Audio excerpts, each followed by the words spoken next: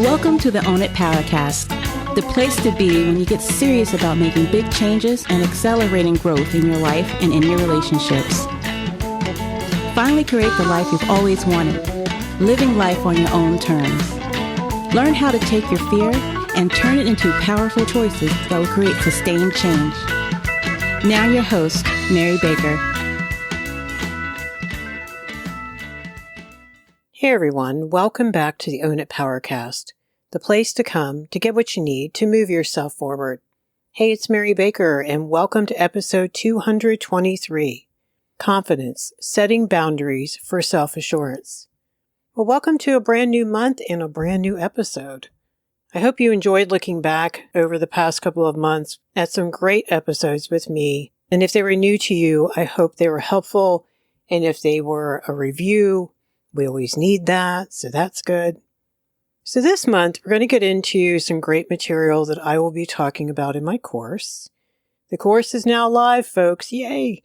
And if you want to take advantage of some really good discounts, better get in there now, because those will be going away soon.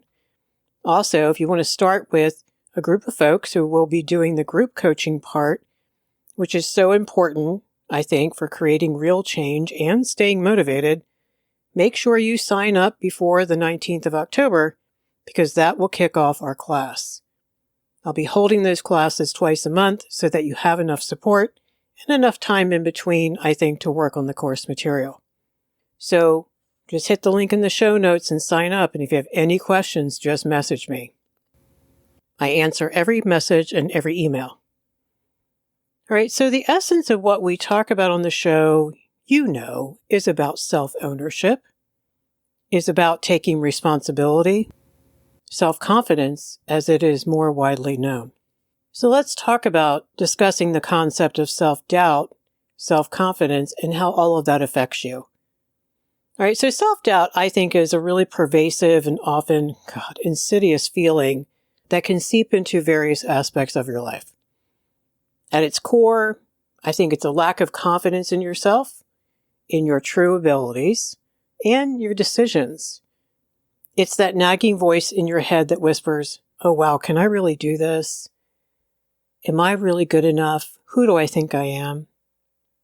What if I'm not good enough? So self-doubt can manifest as hesitation, fear, uncertainty, procrastination. That resonate with any of you guys? Because it's that moment of pause before you speak up in a meeting, before you apply for that new job, or you pursue a personal goal. It can make you question your worth, your competence, and your place in the world. So its effects are far-reaching. It can really hinder your personal and professional growth. It can limit your potential for sure, and I think erode your self-esteem. It's like an anchor holding you back from venturing into those uncharted waters and keeps you from fully embracing opportunities that are going to come your way.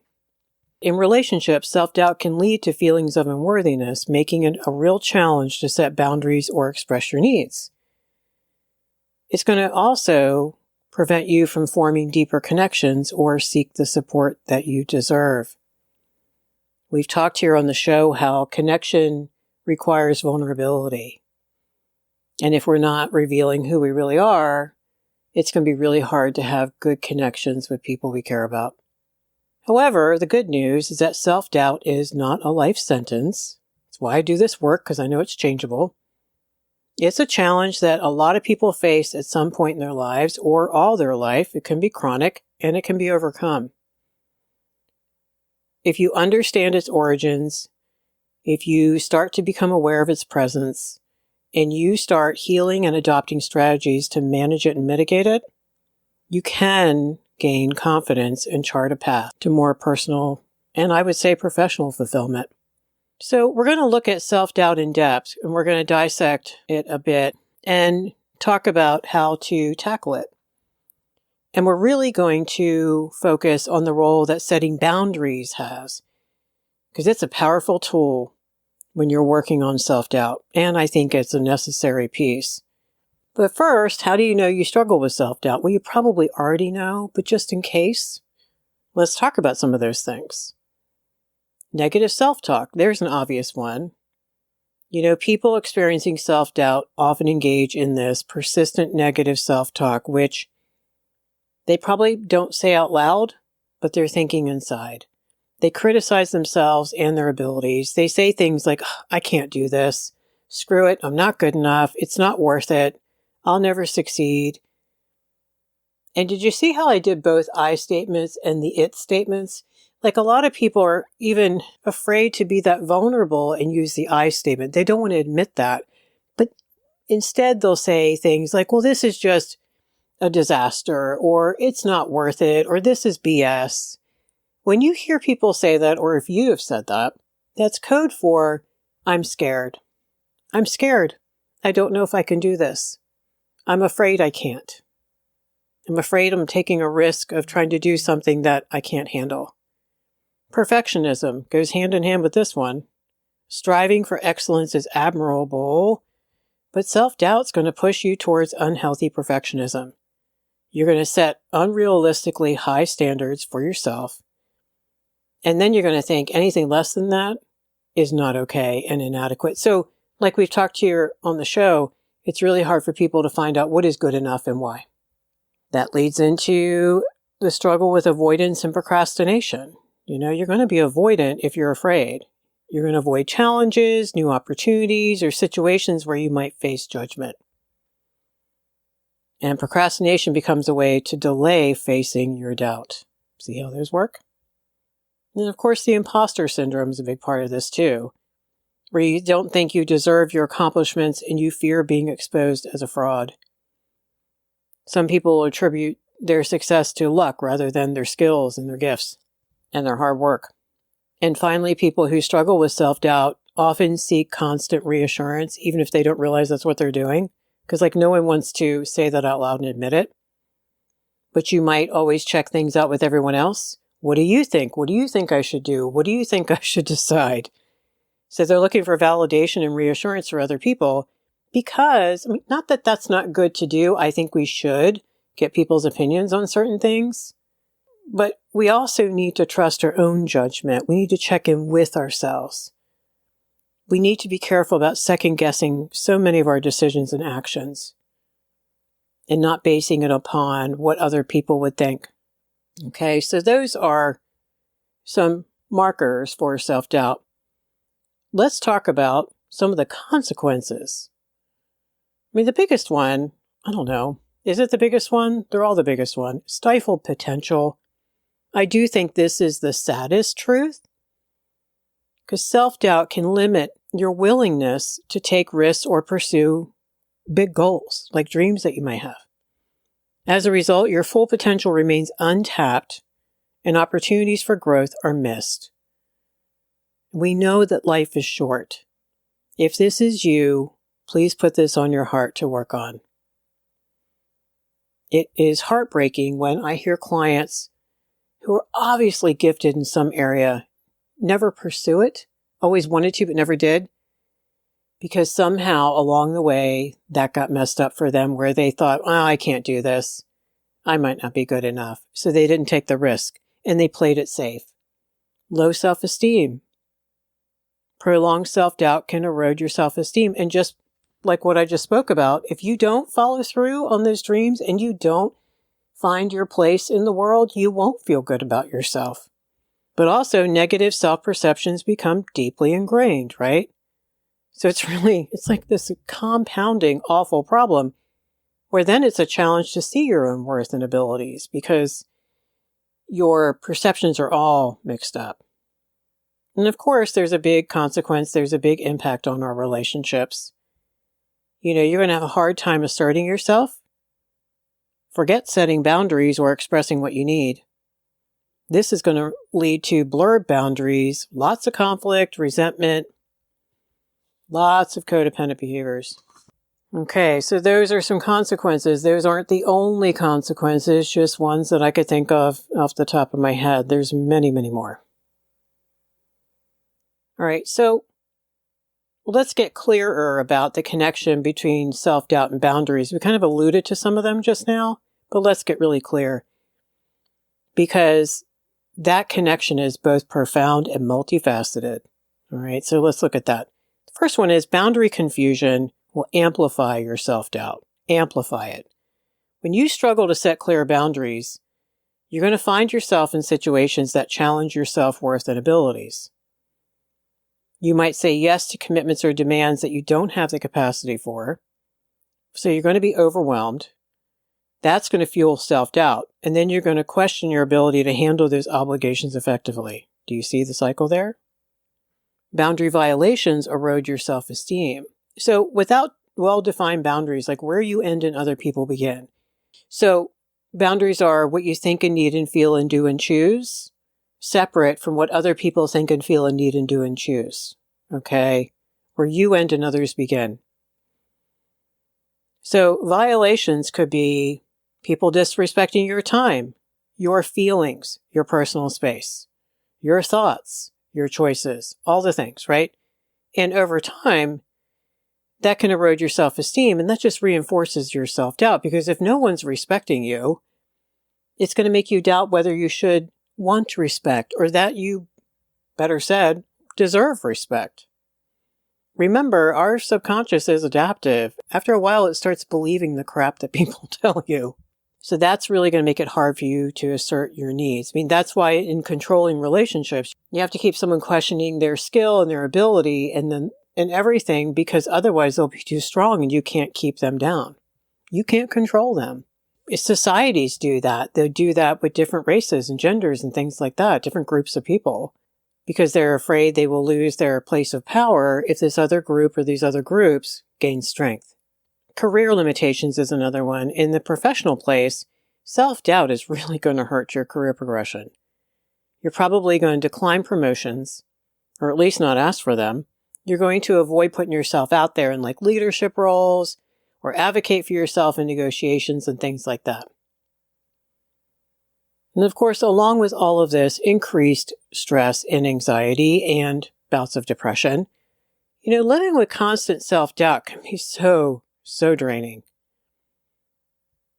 It leads to heightened stress and heightened anxiety levels because you don't have self-trust. You don't have boundaries to protect you. You're always future tripping, worrying about potential failures, negative judgments, making the wrong decision. You don't exactly feel grounded. Okay, so understanding some of these signs and consequences is really important because it's going to help you recognize what a big deal self-doubt is and how it can really wreak havoc on your life and hold you back. Okay, so let's talk about boundaries a little bit more. The biggest thing is fear, right, about setting boundaries, because that comes from self-doubt and fuels self-doubt, so it becomes a circular compounding issue. People with self-doubt often fear setting boundaries. They're going to worry that if they assert themselves, it's going to lead to conflict and or rejection, right? So they're very conflict averse. And so that's going to become a real barrier to boundary setting, and it's going to just perpetuate the cycle where their self-doubt prevents them from taking actions that could boost their confidence. That's why it's always back to boundaries. You hear me say that all the time. Stop what you're doing, sit down, figure out what the boundary issues are, start there, then you can proceed. The other thing is setting boundaries requires self-trust. It also builds self-trust. Effective boundary setting makes self-trust necessary. You need to trust your judgment and value your own needs and your own thoughts and your own feelings and your own values enough to communicate and enforce boundaries around them. So when you have self-doubt going on, this self-trust can be lacking, and that makes boundary setting seem like an impossible task. Guys, that's why I often see clients not be able to begin setting the limits that they talked about, and we know they need to set them, but they can't pull the trigger yet. And they can't do that until they have enough support and enough mirroring of, no, you're not crazy. That is what you think and feel. You are believable. You do make sense. Okay? Then they start setting those boundaries. When it comes to self-respect, I think establishing and, better yet, maintaining the boundaries that we establish, because that's the harder part, is an act of self-respect. It really sends a powerful message to yourself and others that your needs and your limits are valid and they're deserving of recognition. Like saying them out loud makes them real. And for those people who are struggling with self-doubt, building this foundation of self-respect can be so transformative. It really can increase your confidence. What about boundaries and self-care? There's a big one. Boundaries play a huge role in your self-care. You can't do self-care without them, I don't think. And I think it's another aspect that's often neglected by people with self-doubt. Look, if you struggle with this, you are just reenacting the emotional neglect, maybe even the physical neglect you suffered from growing up. Those people probably also weren't able to model self-care or, God forbid, talk about it as something healthy. Instead, usually families talk about how you should sacrifice yourself for others, right? So setting boundaries around like personal time, rest, emotional energy, which could actually significantly reduce your stress and nurture your self-esteem, aren't happening, okay? So we need to set boundaries around our self-care also in order to get back into your body, become more grounded, get back to what you really think and feel and need, right? Because if you have a tendency to not have great boundaries, you probably blur who you are with other people, literally. And so we have to have boundaries around self-care. Also, every time we take care of ourselves, we give ourselves the message and give other people the message that we matter and we're worth it. And we deserve to be nurtured. And we deserve to take care of our own stuff, because self-care is not just a spa day. It's also taking care of your own things in your own life, taking care of you. So self-doubt and a lack of boundaries are so linked. And addressing one can positively impact the other. So by recognizing how boundary setting contributes to your self-assurance and by gradually developing the skills to create healthy boundaries, you can break this cycle, okay? But what if you don't? What if you're in it? What happens? Let's look at how failing to set boundaries in our life can really just fuel self-doubt and overwhelm and overcommitment and burnout. Let's talk about overwhelm. When you don't set boundaries, you're going to have overwhelming situations. When you consistently say yes to almost every request that comes in, every commitment, every demand placed on you, you're going to spread yourself too thin. This can lead to, obviously, juggling way too many tasks and responsibilities when you don't have the necessary time or energy to handle them effectively. Like, there's going to be a consequence. So you're just going to feel overwhelmed, too much on your shoulders, don't even know where to start, can't get it all done. Lots of fear and anxiety because, some of this stuff, there could have consequences if you don't get it in on time, don't pick up the kids on time, things like that. There are real consequences here. And the hilarious thing, and I deal with this all the time with clients, is like, oh gosh, you're going to fulfill the very prophecy you've been so afraid to fill because you're going to piss people off and you're going to let them down and you're going to become unreliable. Now that freaks people out when I say that, but isn't that true? Like if you're over scheduling yourself, something's going to fall. One of the plates is going to fall. You're not going to be able to get to something. You're going to be running late. You're going to half-ass something. You're going to have to. That's going to hurt your self-esteem, but it's also going to hurt how other people see you. And that's why it can really trigger self-doubt. When you find yourself drowning in tasks and drowning in responsibilities, you're going to question your ability to manage the workload. Then you're going to wonder if you're even competent enough to handle all your commitments, which again is going to pound your self-confidence. It just creates this lovely downward spiral that we don't want to get into. And then you overcommit, right? You probably take on more than you can realistically handle. You overpromise and underdeliver. This can often be driven by a desire to please others, fear of disappointing people, that belief that, like we talked about earlier, that saying no is wrong, like boundaries are wrong, is a sign of weakness, you're being selfish, these poor people need your help, how could you? You don't have any needs, right? Because you've put them on a shelf a long time ago. I mean, I could go on, but I think you get the idea. So burnout.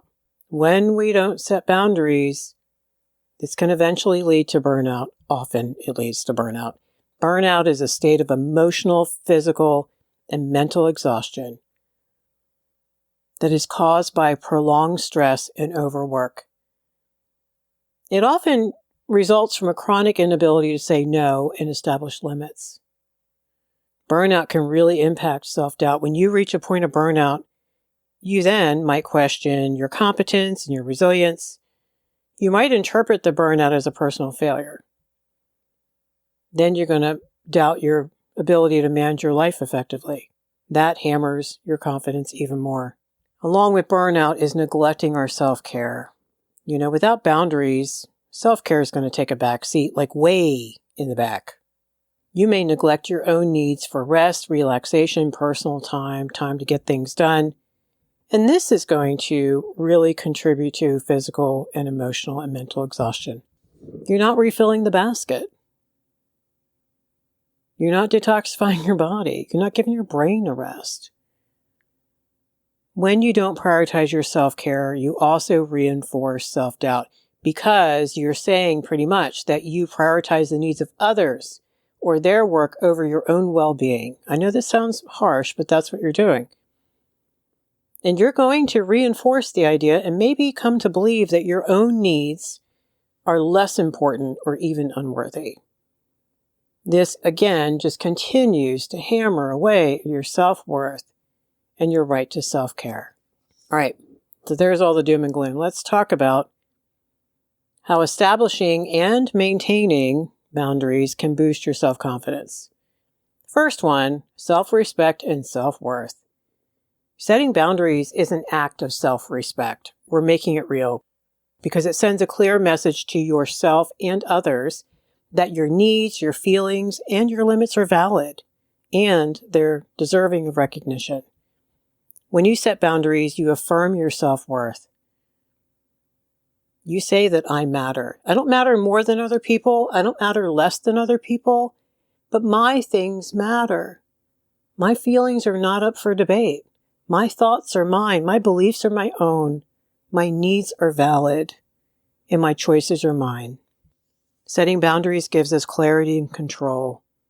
They give us clarity about what is acceptable and what is unacceptable in our interactions, in our relationships. I think they give us a really great structured framework that allows us to navigate situations with a sense of healthy control. And then, when you know what your boundaries are, you can make much better decisions. Do you see how that decreases self-doubt? When you have a clear understanding of your boundaries and the ability to enforce them, you're going to feel more in charge of your life. Will you be terrified? Yes. But you're going to feel more in charge of your life. This sense of healthy control, I think, enhances self-esteem because you start to trust your judgment and your ability to protect your well-being. That matters. And I don't think we talk about that enough. You can have better self-advocacy. Boundary setting requires effective communication and self-advocacy. When you articulate your boundaries assertively and respectfully, you develop stronger communication skills. And this skill set is not only valuable in setting boundaries, but also the rest of assertiveness is about expressing what you think and what you need and what your opinions are in a confident, grounded, and humble way. So then the more you can advocate for yourself, the better you get. So this compounds in a positive way, right? You get better at expressing who you are, all the things about who you are, what you need, what you feel, what you're thinking. And as you watch your own communication skills get better, you begin to trust yourself more in all areas of your life. And then you're going to have a lot less stress and a lot less resentment because your power is not out there. It's within. Boundaries can help prevent situations where you feel overwhelmed, overcommitted, or taken advantage of. When you maintain those boundaries, you're going to have a lot less stress and you're going to have a lot less resentment because we would get resentful of them because we didn't say no. And then deep down, we resent ourselves for not having the ability to say no. We're going to have a better environment on the inside, fewer negative emotions weighing us down. We're better equipped, better focused, much clearer about who we are and how we operate. We create a space for personal growth and self-care. We begin to prioritize our well-being, our goals, our dreams. And we feel more fulfillment, more accomplishment. We just feel a lot better about ourselves. When you see yourself making progress towards your goals, you get more confidence in your abilities and your capacity for success. And here we go all the way back to the beginning of the cycle, right? You don't kick it away. You don't minimize success. You don't shy away from it. You actually start seeing yourself capable of some really cool things. So if this were all so easy, why aren't we doing it, right? So let's talk about some common challenges. First of all, and there are other episodes that go deeper into this, but if you have trouble setting boundaries, there are valid reasons why. That wasn't created in a vacuum. You've probably been guilted, gaslit, and otherwise manipulated out of your truth along the way. Your family probably did not promote healthy boundary setting, and instead messaged to you that it would be uncaring, selfish, or cruel to just let other people face their own consequences. It's selfish for you to have your own wants and needs, all those things. And you probably then grew up thinking that you were responsible for other people's feelings, needs, reactions, or even their irresponsibility. So first, what you think and believe about boundaries needs to change, which is why I call it a paradigm shift for many people as they start to work on this stuff. For example, you have to believe that it's healthy to say no to the things you don't want in your life. Things that you cannot do to help another person, or ways you won't allow people to treat you anymore. You have to believe that no, it's not selfish to be honest with other people and say, I'm so sorry, but that doesn't work for me today. Or no to yourself, perhaps, when you're working on that self-discipline. So if you struggle with boundary setting, there are some very good reasons why. And there's some healing work and some changing of your belief systems and your thought patterns around it. And this is why I built the course. I think it addresses the things we talked about today and gives you a way to do that kind of work. The kind of work that's really going to create real change in your life. Sustained change. I mean, there are 2 modules out of 12 on boundaries in this course because I just think they're so important. And it also gives you a chance to take, I think, a deeper dive and learn the basics while touching on some advanced boundary skills too. Combined with work on your self-concept, owning your needs, and learning assertiveness skills, I think it has you covered. So if these are things you want to work on, make sure you hit the link in the show notes and sign up. So today, we focused on the concept of setting boundaries as a means to overcome self-doubt, and especially just that transformative impact that boundary setting can have on our confidence and our personal growth. We talked about how the failure to set boundaries can really contribute to self-doubt, creating that cycle, that vicious cycle of overwhelm, overcommitment, burnout, feeling like crap about ourselves. Recognizing the importance of setting healthy boundaries, I think, is a crucial step in breaking the cycle and regaining confidence and self-belief. Then we talked about the course and how you can start to tackle this. Thank you so much for being here today. I threw a lot at you, as I often do. I hope you walked away with something that resonated with you. If you need some personal coaching around this stuff, just message me. This is what I do. If you want to sign up for the newsletter, which has all the news and all the cool things that are happening, go to ownitpowercast.com or message me and I will get you linked up to that. All right, so pay it forward, keep focusing on you, and I'll see you next time.